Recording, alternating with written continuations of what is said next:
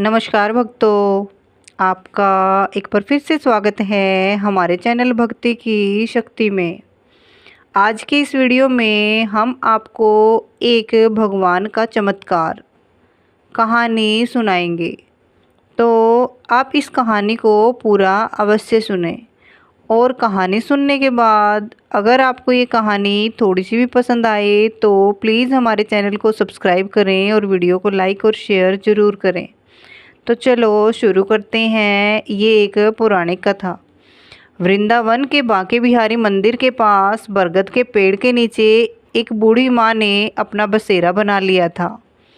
शकल सूरत से वह किसी अच्छे घर की लग रही थी।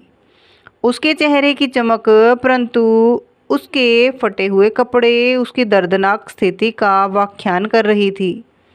वह अम्मा बता रही थी कि कोई भिखारी नहीं है, मैले कुचले कपड़ों में ही एक चादर पर वहाँ पड़ी रहती थी। आज लगभग 10वां दिन था।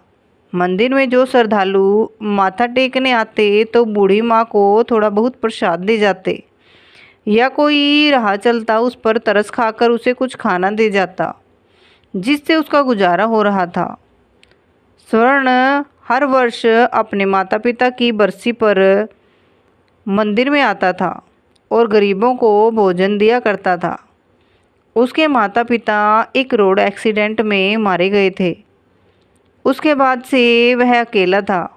जिस समय उसके माता पिता की मृत्यु हुई थी उस समय वह कंप्यूटर इंजीनियरिंग कर रहा था। अब माता पिता के दिए हुए संस्कार हमेशा उसका मार्गदर्शन करते थे। इंजीनियरिंग के फाइनल ईयर के बाद पहले सेमेस्टर के दौरान ही उसे एक बहुत अच्छी नौकरी मिल गई थी। अब वह एक मल्टीनेशनल कंपनी में बहुत ऊंचे पद पर कार्यरत था।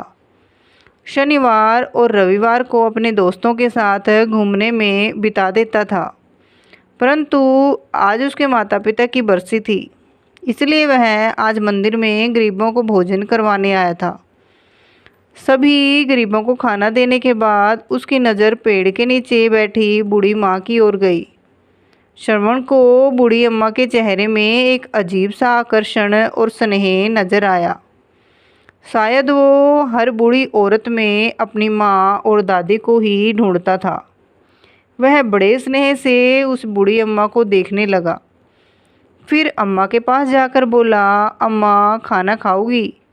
लेकिन बूढ़ी अम्मा काफ़ी उदास बैठी थी, शायद इसलिए उसने कोई जवाब नहीं दिया। फिर श्रवण बोला, अच्छा मंदिर का प्रसाद है, यह तो खा लो। तो बूढ़ी माँ ने उसकी ओर देखते हुए अपना हाथ आगे बढ़ा दिया। बूढ़ी माँ के साथ साथ श्रवण भी थोड़ा सा प्रसाद खाने लगा और बूढ़ी माँ के पास ही बैठ गया। प्रसाद खाते खाते वह अम्मा से पूछने लगा, अम्मा आप कहाँ रहती हैं और इस पेड़ के नीचे कैसे बैठी हुई हैं? बूढ़ी अम्मा ने ठंडी सांस लेते हुए कहा, अरे बेटा, अब यह पेड़ ही मेरा घर है। पहले मैं मथुरा में रहती थी, वहाँ मेरा अपना एक शानदार बड़ा सा घर है। मेरे पति की मृत्यु हो चुकी है। जब तक मेरे पति जीवित थे तब तक मुझे रानी बनाकर रखते थे, परंतु पति के स्वर्गवास के बाद धीरे धीरे अपने ही बहू बेटों को मैं खटकने लगी। बहू तो मेरा चेहरा भी नहीं देखना चाहती थी। एक दिन मेरा बेटा मुझे बोला, चलो अम्मा आज तुम्हें वृंदावन घुमा कर लाता हूँ। बांके बिहारी के मंदिर में चलते हैं और दर्शन करके आते हैं। मेरा बेटा मुझे अपनी कार में बिठाकर लाया था और मुझे इस मंदिर के किनारे बिठाकर यह कहकर चला गया कि कुछ ज़रूरी काम से जा रहा हूँ, 2 घंटे लग जाएंगे आने में। मैंने तो बेटे से कहा था कि मुझे भी साथ ले चल, परंतु वो नहीं माना। देखते देखते आज 10 दिन हो गए। इंतज़ार करते करते मेरी आंखें पथरा गई, परंतु ना तो मेरा बेटा आया और ना ही उसकी कोई खबर। अब मैं समझ चुकी हूँ कि मेरा बेटा यहाँ मुझे क्यों लेकर आया था, क्योंकि उसकी पत्नी मुझे बिल्कुल भी पसंद नहीं करती थी। इसलिए मुझसे छुटकारा पाने के लिए मुझे यहाँ कान्हा जी की शरण में छोड़कर चला गया। यह कहते कहते बूढ़ी माँ की आंखें नम हो गई और चेहरा मुरझा गया। श्रवण के मन में उसकी स्वर्गवासी दादी और उसकी माँ की छवि दोनों एक साथ उभर आई और उसकी आंखों में आंसुओं की बूंदें झलक आई। गरीबों को बांटने के बाद जो खाना बचा था उसने झट से निकाला और बूढ़ी अम्मा की चादर पर रख दिया। एक निवाला तोड़ा और अम्मा के मुंह में डाला और खुद भी खाने लगा। उसे ऐसा एहसास हो रहा था कि मानो वह अपने किसी परिवार के सदस्य के साथ खाना खा रहा हो। वह अम्मा के साथ कुछ देर वहीं बैठकर बातें करता रहा। अपनी माता पिता की मृत्यु के बाद वह एकदम अकेला सा पड़ गया था। बिना अपने माता पिता के उसे अपना घर ही काटने को दौड़ता था। इसलिए वह अपने घर में रहना ज़्यादा पसंद नहीं करता था। किसी किसी दिन तो वो अपने घर में कदम भी नहीं रखता था। भक्तों के साथ घूमकर अपने दर्द को कम करने की कोशिश करता था। परंतु आज जब उसे अम्मा से थोड़ी देर के लिए बातचीत की तो उसे एक अपनापन सा महसूस हुआ। उसने अम्मा से पूछा, अम्मा मेरे साथ मेरे घर पर चलोगी? बूढ़ी अम्मा ने कहा, बेटा जब मेरा अपना खून, मेरा अपना बेटा ही मुझे यहाँ पर छोड़ के चला गया, जिसे मैंने जन्म दिया और पाल पोस कर बड़ा किया, जब वही मुझे छोड़ नहीं रख सकता तो मुझे अपने घर में ले जाकर क्या करेगा? जब मेरा अपना बेटा ही मेरा ना रहा तो मैं दूसरों से क्या उम्मीद लगाऊंगी? रहने दो बेटा, मुझ पर दया मत करो। मैं यहीं बांके बिहारी की शरण में रहकर अपना जीवन जैसे तैसे गुजार लूँगी।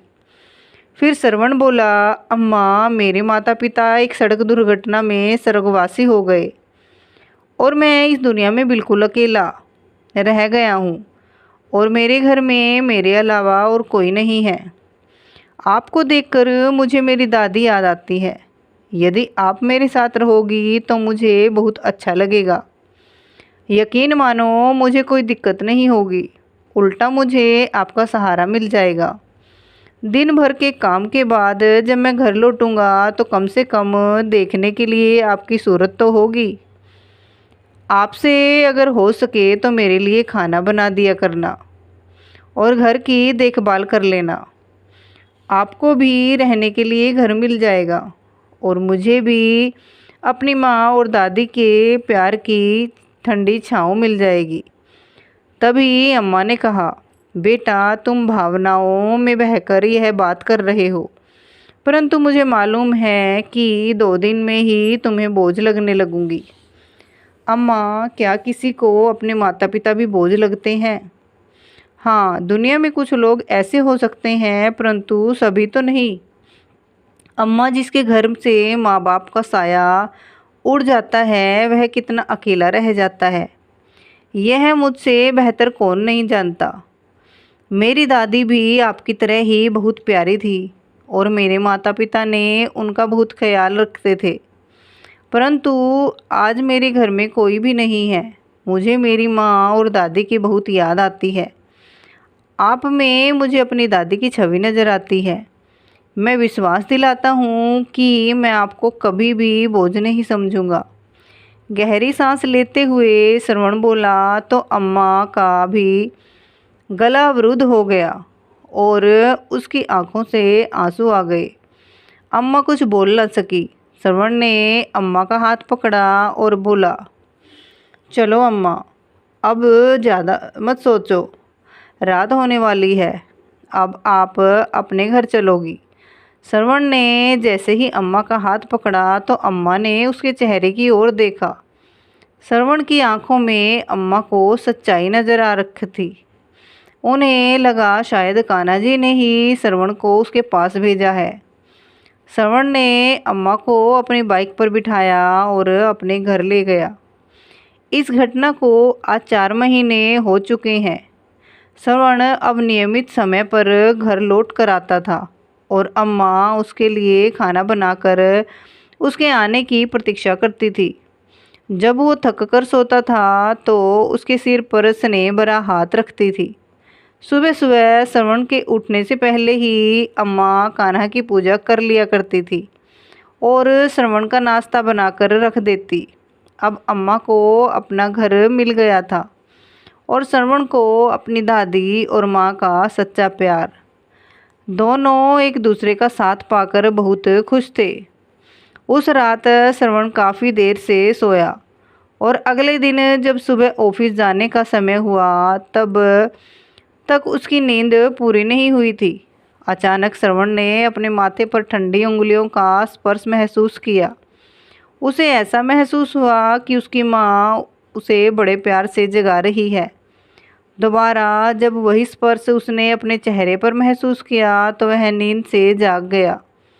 उसने आंखें खोली तो सामने देखा कि अम्मा पूजा करने के बाद खुशबू भरे हाथों से उसके माथे और बालों को सहला रही थी, जैसा उसकी माँ हमेशा किया करती थी।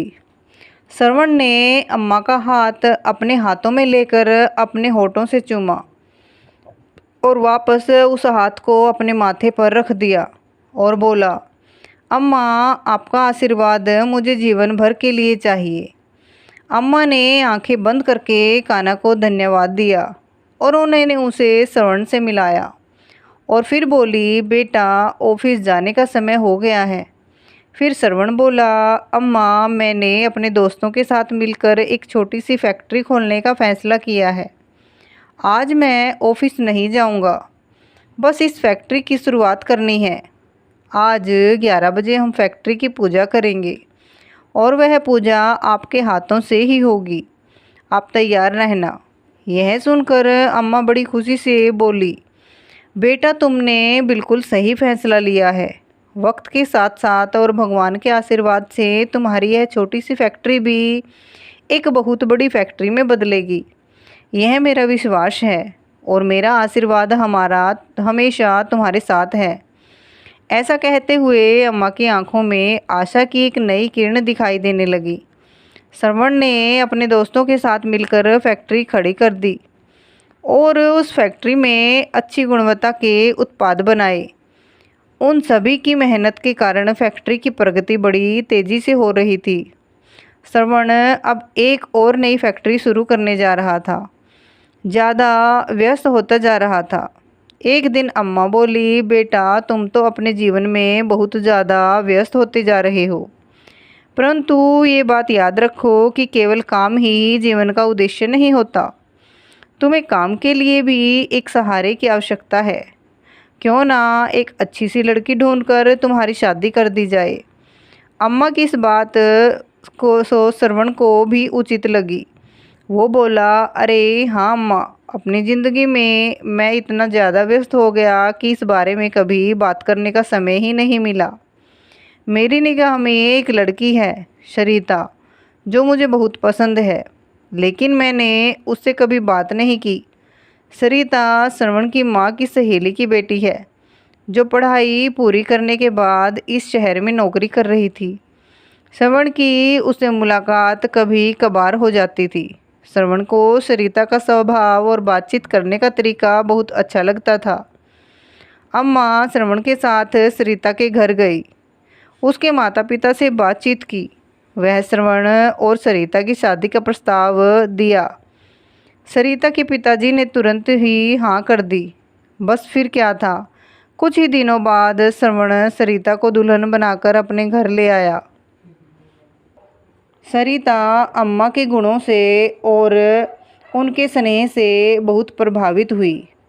जितना प्यार श्रवण अम्मा से करता था, उससे कहीं ज़्यादा लगाव सरिता का अब अम्मा से हो चुका था। सरिता हमेशा सोचती कि ना जाने अम्मा उसके दिल की हर बात को कैसे जान लेती और कैसे उसकी हर चाहत को उसके कहे बिना पूरा कर देती है। समय बीतने लगा और श्रवण के घर 2 जुड़वा बच्चों ने जन्म लिया, एक बेटा और एक बेटी। श्रवण का घर तो जैसे खुशियों से भर उठा। अम्मा जी अब सही मायने में दादी बन चुकी थी। अब उनकी मुख्य जिम्मेवारी श्रवण और सरिता नहीं, बल्कि अम्मा के पोता और पोती हो गए थे। अब अम्मा का बिस्तर अपने पोता और पोती के लिए कमरे में लगा दिया गया था, ताकि वे दोनों अम्मा के स्नेह की छाँव में रहे और उनके संस्कारों के साथ पले बढ़े।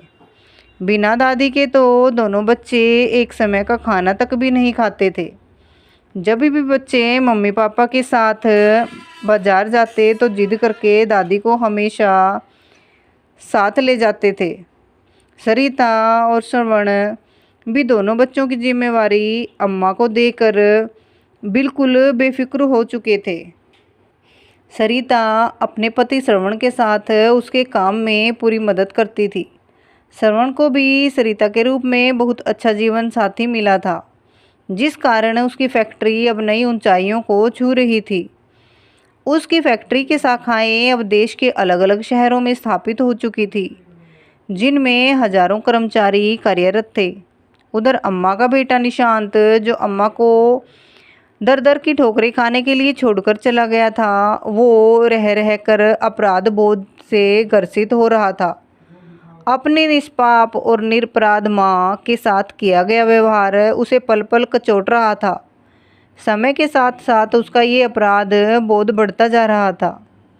अपने घर के झगड़ों से दुखी होकर और अपनी पत्नी के साथ सुखी जीवन जीने की चाह में उसने अपनी माँ का त्याग कर दिया था। परंतु उस दिन के बाद से उसका अंतर्मन हाहाकार कर रहा था, जिसे वह किसी से भी साझा नहीं कर पा रहा था। अब उसके घर में केवल उसकी पत्नी का ही एक छत्र राज था। अब वह अपनी मर्जी के अनुसार खर्च करती थी और दुकान में से मनमर्जी का पैसा निकालती थी। परंतु व्यवसाय से लगातार पैसा निकालने के कारण उसका जमाया व्यवसाय, जो कि एक पिता के द्वारा खड़ा किया गया था, घाटे में जाने लगा था। अतः उसे दुकान बंद करनी पड़ी। दुकान बंद करने के बाद कुछ दिन बड़ी कठिनाइयों से गुजरे। अब निशांत और उसकी पत्नी को आटे दाल का भाव मालूम पड़ने लगा था। फिर फिजूल खर्ची तो दूर की बात, अब उनके पास घर खर्च और बच्चों की आवश्यकता ही पूरी करने के लिए भी पैसा नहीं था। निशांत का एक मित्र है जो एक बड़ी कंपनी में कार्यरत था। उसने अपनी सिफारिश पर उसकी नौकरी अपनी ही कंपनी में लगवा दी और इस तरह निशांत के जीवन में गाड़ी थोड़ी थोड़ी चलने लगी। निशांत तब कंपनी में बहुत मन लगाकर काम कर रहा था, जिस कारण उसे फैक्ट्री में बहुत मान सम्मान मिलने लगा। अब वो फैक्ट्री का एक महत्वपूर्ण कर्मचारी बन चुका था। निशांत की कंपनी में स्थापना दिवस पर वार्षिक महोत्सव मनाया जाना था। सभी कर्मचारियों को उनकी काबिलियत के आधार पर पुरस्कार वितरित किया जाना था। निशांत को भी अपनी मेहनत और योग्यता के आधार पर पुरस्कार दिया जाना था, जो कि उसकी कंपनी के मालिक के द्वारा दिया जाना था। नियत तिथि पर पुरस्कार वितरण का समारोह शुरू हुआ और यह पहली बार था कि जब कंपनी का मालिक अपने सभी कर्मचारियों से रूबरू हो रहा था। आज का दिन निशांत के लिए बहुत खास था। मैनेजिंग डायरेक्टर अपनी पत्नी, माँ और बच्चों के साथ समारोह में आए। जब समारोह में शुरू हुआ और पुरस्कार वितरण के लिए कंपनी के डायरेक्टर साहब से अनुरोध किया गया, तो वे स्टेज पर आए और कहने लगे कि आज हमारी कंपनी के लिए एक बहुत बड़ा दिन है। परंतु आज हमारी कंपनी जिस स्थिति में है वह केवल और केवल हमारी अम्मा जी के आशीर्वाद से ही है। यदि अम्मा जी की प्रेरणा ना होती तो ना तो आज ये कंपनी होती और ना ही मैं इस पद पर होता। इसलिए पुरस्कार वितरण करने के लिए मैं अम्मा जी को बुलाना चाहूँगा। अम्मा जी, कृपया आप स्टेज पर आइए और अपने हाथों से सभी योग्य कर्मचारियों को पुरस्कार वितरित कीजिए। श्रवण के बुलाने पर अम्मा स्टेज पर पहुंची और उनकी आंखों से आंसुधारा बह निकली। कर्मचारियों के नाम अनाउंस किए गए और अम्मा उन्हें एक एक करके पुरस्कार देती रही। तभी एक नाम का अनाउंसमेंट हुआ, जिसे सुनकर अम्मा जी के चेहरे पर ना जाने कितने भाव एक साथ आ गए। निशांत मिश्रा। सामने से आने वाला व्यक्ति भी कुछ जाना पहचाना लग रहा था। अम्मा ने ध्यान से देखा तो सचमुच में उनका बेटा ही था, निशांत मिश्रा, जो उन्हें तीर्थ यात्रा का सांझा देकर बड़ी ही बेदर्दी से छोड़ दिया था, जिसे उसके बाद उसकी माँ का ख्याल तक नहीं आया। अम्मा सोचने लगी कि अब तक तो शायद मैं तड़प तड़प कर मर गई होती यदि मेरा बेटा श्रवण मुझे ना लेकर आता। प्यार और नफरत के भाव एक साथ अम्मा के चेहरे पर उभर आए। अम्मा को ऐसा महसूस हुआ कि जैसे दुनिया बड़ी तेज़ी से घूम रही है। बड़ी मुश्किल से उन्होंने खुद को संभाला और किसी अपरिचित की तरह निशांत को पुरस्कार थमा दिया और अपना मुंह दूसरी तरफ फेर लिया। निशांत ने ध्यान से देखा, देने वाली महिला कोई और नहीं, उसकी अपनी माँ थी। देखते ही देखते उसके पसीने छूटने लगे और वो अपनी माँ के पैरों में गिर पड़ा। उसे विश्वास नहीं हो रहा था कि उसकी माँ, जिसे उसने दर दर की ठोकरें खाने के लिए छोड़ दिया था, आज इतने बड़े साम्राज्य की मालकिन है। निशांत ने अपनी माँ से हाथ जोड़कर माफ़ी मांगी और कहा, मेरे साथ चलोगी? अपने घर चलेंगे। कैसा घर, कैसी माँ? मेरा बेटा तो उसी दिन मर चुका था, जिस दिन वह मुझे मंदिर के बाहर छोड़कर चला गया था। आज ना मैं तुम्हारी माँ हूँ और ना तुम मेरे बेटे। कहकर अम्मा जी पुरस्कार वितरण को बीच में ही छोड़कर अपनी कुर्सी पर जाकर बैठ गई। निशांत माफ़ी मांगता रहा, लेकिन अम्मा ने उसकी तरफ देखा तक नहीं और श्रवण के साथ वापस घर चली गई। कभी निशांत अपनी माँ का बहुत लाडला हुआ करता था, लेकिन अपनी पत्नी के बहकावे में आकर वह अपनी माँ के साथ बहुत बुरा सलूक करने लगा। उन बातों को अम्मा जी कभी नहीं भूल सकती थी। उधर निशांत को यकीन नहीं हो रहा था कि जिस कंपनी में वह काम करता था, उस कंपनी की मालकिन दरअसल उसकी माँ थी। आज उस माँ के हाथों से उसे पुरस्कार मिला तो उसका सर चकरा गया। माँ के द्वारा उसकी घोर अपेक्षा और पाप कर्मों के कारण उसके दिल में ना जाने कितने ही घाव हो चुके थे। हर पल उसे अपनी माँ की याद सता रही थी। अपनी करतूत उसे झकझोर कर रही थी और नासूर बनकर उसे लगातार चोट पहुंचा रही थी। एक दिन रविवार को जब उसके ऑफिस की छुट्टी थी तो वह अपनी पत्नी नीता को लेकर स्कूटर पर राधा रानी के मंदिर दर्शन करने के लिए गया। जब वह राधा कृष्ण की मूर्ति के सामने हाथ जोड़कर खड़ा था तो उसे ऐसा लगा जैसे भगवान भी कुटिल दृष्टि से उसके द्वारा किए गए घोर पाप के लिए उस पर हंस रहे थे। घबरा कर उसने आंखें खोली। पूजा पाठ करके मंदिर से आते हुए अपराध बोध के कारण उसकी मानसिक स्थिति बिगड़ गई थी, जिस कारण सामने से आता हुआ ट्रक नज़र नहीं आया और तेज़ धमाके के साथ स्कूटर ट्रक से टकरा गया। वे दोनों बड़ी बुरी तरह से घायल हो गए। निशांत की स्थिति गंभीर बनी हुई थी। उसके पैर की हड्डी टूट चुकी थी और उधर उसकी पत्नी नीता को पैरालिसिस हो चुका था। जब उसे होश आया तो वह दहाड़े मारकर रोने लगी। अब घर पर दोनों बच्चों की देखरेख के लिए कोई नहीं था। नीता के मायके से उसके भाई भाभी उसका पता करने के लिए आए, परंतु थोड़ी देर हालचाल पूछकर वे दोनों अपने घर वापस चले गए। निशांत के दोस्त ने सारी घटना की जानकारी कंपनी के मालिक श्रवण को दी। जब श्रवण फ़ोन पर उससे बातें कर रहा था तो अम्मा वहीं बैठकर उसके साथ चाय नाश्ता कर रही थी। निशांत मिश्रा का नाम सुनकर अम्मा चौंक उठी। उसने श्रवण से पूछा कि क्या हुआ, किस बारे में बात हो रही थी। तो श्रवण ने सारा हाल कह सुनाया कि उसकी कंपनी के एक कर्मचारी निशांत मिश्रा का एक्सीडेंट हो गया है और वह गंभीर रूप से घायल है। यह सुनकर अम्मा रोने लगी और श्रवण ने जब अम्मा से उनके रोने का कारण पूछा तो अम्मा ने सारी बात कह सुनाई। तब श्रवण बोला, अम्मा, कर्मों का फल तो भोगना ही पड़ता है। उसने जैसे कर्म किए थे उसे फल तो मिलना ही था, लेकिन अम्मा का दिल अंदर ही अंदर अपने बच्चों के लिए तड़प रहा था। उसके बेटा बहू लाचार होकर बिस्तर पर पड़े थे, इसलिए अम्मा ने कहा कि मैं थोड़ा समय अपने बेटे बहू के पास जाना चाहती हूँ, कुछ दिनों बाद वापस आ जाऊँगी। श्रवण ने भी हामी भर दी और अम्मा को बहुत से पैसे देकर उनके बेटे बहू के पास छोड़ आया। अम्मा ने अपने बेटे और बहू को एक अच्छे से अस्पताल में भर्ती करवाया, जहां उनका पूरा ख्याल रखा जाने लगा।